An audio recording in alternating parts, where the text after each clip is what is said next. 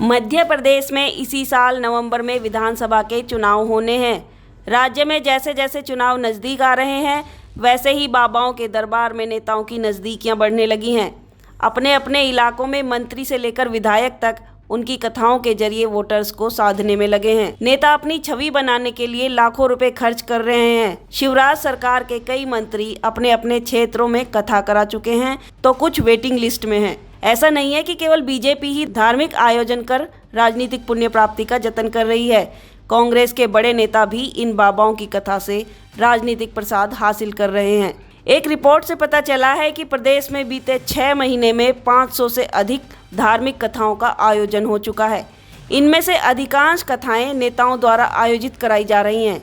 इनमें 3 कथावाचकों बागेश्वर धाम के धीरेन्द्र शास्त्री, कुबेरेश्वर धाम के प्रदीप मिश्रा और पंडोखर सरकार गुरुशरण शर्मा का प्रदेश की 230 में से 153 विधानसभा सीटों पर सबसे ज़्यादा प्रभाव है।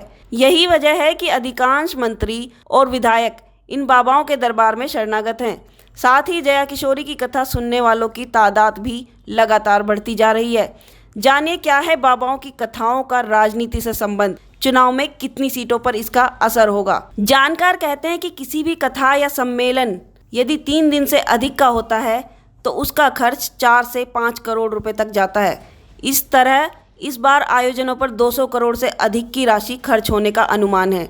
वहीं शिवराज कैबिनेट के एक अन्य मंत्री ने नाम ना छापने की शर्त पर स्वीकारा कि राजनीतिक बैठकों की तुलना में धार्मिक आयोजनों में भीड़ को आकर्षित करने की ताकत अधिक होती है। उन्होंने कहा कि राजनीतिक बैठकों में हम 1 लाख से अधिक लोगों को नहीं जुटा सकते हैं, लेकिन ऐसे आयोजनों में हम 5 लाख लोगों को बड़ी आसानी से इकट्ठा कर सकते हैं। इसलिए ऐसे कार्यक्रमों के माध्यम से हमारे कार्यकर्ता और मतदाता लामबंद होते हैं। सबसे पहले हम बात करते हैं राष्ट्रीय मीडिया की सुर्खियों में आए धीरेन्द्र शास्त्री उर्फ बागेश्वर सरकार की। इनका सियासी रसूख कम नहीं है। उनके दरबार में सभी दलों के राजनेता भी हाजिरी लगा रहे हैं। बागेश्वर धाम में हर मंगलवार व शनिवार को करीब 2 से 3 लाख भक्त आते हैं। सोशल मीडिया पर यूट्यूब और फेसबुक मिलाकर बागेश्वर सरकार के 13 करोड़ व्यूज़ हैं।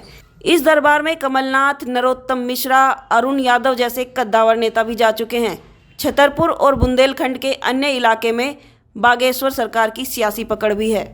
दूसरे नंबर पर बात करते हैं रुद्राक्ष महिमा से सुर्खियों में आए प्रदीप मिश्रा की। प्रदीप मिश्रा शिव पुराण और शिव कथा सुनाते हैं। संगीत में उनकी प्रस्तुति के चलते उनके फॉलोअर लाखों में हैं। इनके कई बयान चर्चित रहे और ये विवादों में भी घिरे। इनके दरबार में सीएम शिवराज, संजय शुक्ला, कैलाश विजयवर्गीय तक जा चुके हैं। प्रदीप मिश्रा का नर्मदापुरम और मालवा निमाड़ में सबसे अधिक प्रभाव है। अब सागर और महाकौशल में भी उनकी कथाएं आयोजित होने की शुरुआत हो चुकी है। तीसरे नंबर पर हैं दतिया के गुरुशरण शर्मा, जो पंडोखर सरकार के नाम से जाने जाते हैं। उनका खुद का दावा है कि दरबार लगाने और लोगों की मन की बात जानकर पर्चे पर लिखने की शुरुआत 32 साल पहले की थी।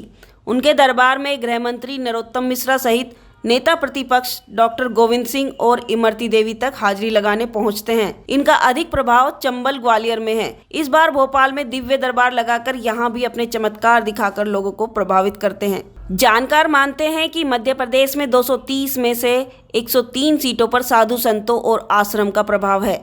ऐसे में इन सीटों पर अपनी जीत पक्की करने के लिए नेताओं के लिए संत और आश्रम जरूरी हो जाते हैं।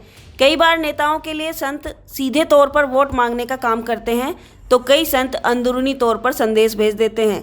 दोनों ही सूरत में राजनीतिक दलों को फायदा होता है और जहां टक्कर कांटे की होती है वहां पर साधु संतों की भूमिका और भी ज़्यादा बढ़ जाती है।